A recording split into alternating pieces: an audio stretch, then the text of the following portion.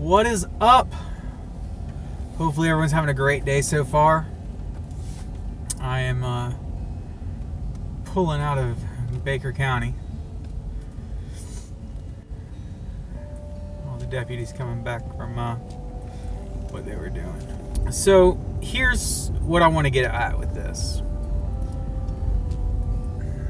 The whole time the incident was going on, I was like, hey, I've got this idea for the vlog, and we're just going to kind of start with it. My day-to-day tasks, whenever I'm out here on site, is mainly to check on my system, check with the call takers that things are coming in, make sure everything sounds right, looks right, is performing correctly. And I have a rapport with my call takers. They know me. They know what I'm doing. They know when they can talk to me, just like I know when it's okay to talk to them. And by that I mean, when you're running two dispatchers, they're typically running radio and phone. And on a 4-console system, you can typically hear two of the radios even when they're not on them. So you have some situational awareness of what's going on in the comm center at all times. This is beneficial when you're talking to a call taker, 911 rings in or a phone rings in, you know to be quiet. And call takers have done this enough. They can pick up the same conversation with you within 5 minutes later, exactly where you just stopped. It's an amazing talent, one I am working on, but I don't really need. It's also really interesting to watch how two dispatchers who don't normally work together but have enough skill working together, because they work together quite often, can handle and just really control a situation at dispatch. You also see how the situation affects them with their officers. Baker County is a small county. McClenny, Florida is a small city. And having a small city, I don't know the exact numbers, but I've heard many stories and calls sitting in that comm center. I've actually had a deputy look at me and said, I'd be worried of that guy because he sits here and says nothing. And I said, exactly. God gave me 2 ears and 1 mouth so that I may hear more than I speak. I ask questions when questions are needed to be asked of the call takers, and mainly it pertains to their job. Sometimes it's, hey, what's going on with the situation that I'm listening to? I've heard crazy things from an old guy in his underpants running around town to today a gentleman threatened suicide by cop, took a pistol, hopped in his truck and went to his wife's gravesite. Thankfully, at the end of the day, a couple hours after the incident started, it wrapped up with no loss of life, which I credit to the Baker County Sheriff's Office and the way they managed the scene. And I credit it to, just a lot of providence of people knowing how to do their job. And that job is, taking care of people at the end of the day. I respect every single one of these officers. They respect me to a point. I've probably met every one of them that's on road patrol at some point in time in my career here. I've met the sheriff out here. I've met the undersheriff back when they were deputies. So I have a lot of respect for these gentlemen because I've seen their working. I've seen them working in the streets. I've seen them working out here. It's really strange for me, at least, to drive through this town when I come to work, because if I see a cop car, they're typically waving at me because they know me as well. And that's a really great feeling. But I really just wanted to share that with you today, that a man lost his wife a while back. I'm not sure how long. We pulled up some information on it while I was in the comm center, but I limit what I record and where because of those things. But We got the call this morning. Well, they got the call. I was in the comm center working. In fact, about 5 minutes after that call came in, because of all the commotion with the deputies and they're rolling out to the scene and catching up with him and following him, the assistant emergency management director, she came over. I think that's her title. But she came over and she sat back down at dispatch.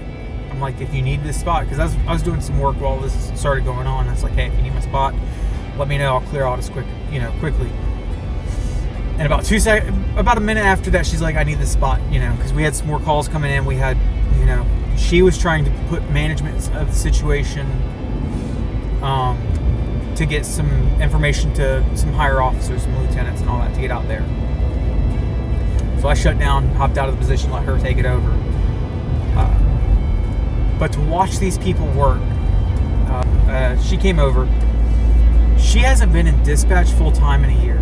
I've seen her come over there for a couple hours at a time when they've needed help with shifts, and she still rocks it out. But today it was a little different. Like, she just came over there, she helped manage what she needed to manage, she kept up with it. But really, the praise goes out to Vic and to Lindsay. I've worked with these two ladies almost for the last 4 years. As I've been coming out to the site, managing the phone system, I get to see them. I have a rapport with them. Like, we talk about family life. They get to see pictures of my daughter whenever I've got new pictures, which I meant to show them Easter pictures today. So yeah, like, this is built up over time with them. It's the joyous thing of just life. We've kind of learned each other and life, and it's great to share these life events with people. Today it was just really interesting to share this call with them and to sit there for 4, 5, 6, 8 minutes between check-ins from the deputies and like what's going on site. Is everything okay? And to hear like, hey, okay, we're trying to get the guy away from his gun. We're trying to get the negotiator up. To hear, hey, coordinate with us as we're getting this guy to come forward. So this guy doesn't get agitated. They've actually, I heard him talking about, hey, get this group of officers to move back. Let's lower our rifles. They managed the situation really well. And it was a pleasure to sit in there and watch those two call takers just amazingly handle the situation and amazingly keep just on top of it. So there's a lot of stories from people who are ancillary to 911 that are still these I Am 911 stories. That's actually my tie-in. If you stuck with me this far, I might throw this in the beginning. So back in, I want to say August of last year, and I could be off on the time frame, but I believe it was August of last year, there is a podcast called Within the Trenches, and it is hosted by Ricardo Martinez, who is a 911 vendor partner with in digital. Anyway, he runs a podcast called Within the Trenches. And in August of last year, I think it was Nina. Okay, so after 2 phone calls and a weird high temperature notice, let's finish this up. Back in August of last year, Ricardo Martinez of the Within the Trenches podcast started a petition collecting stories from people and the hashtag I Am 911 movement. This has taken off. It's gone to other countries, becoming a, hashtag I Am 999, hashtag I Am which is 000. And it's gotten a lot of push and a lot of taking. A lot of call takers have shared their stories. A lot of people who have been helped by call takers have shared their stories.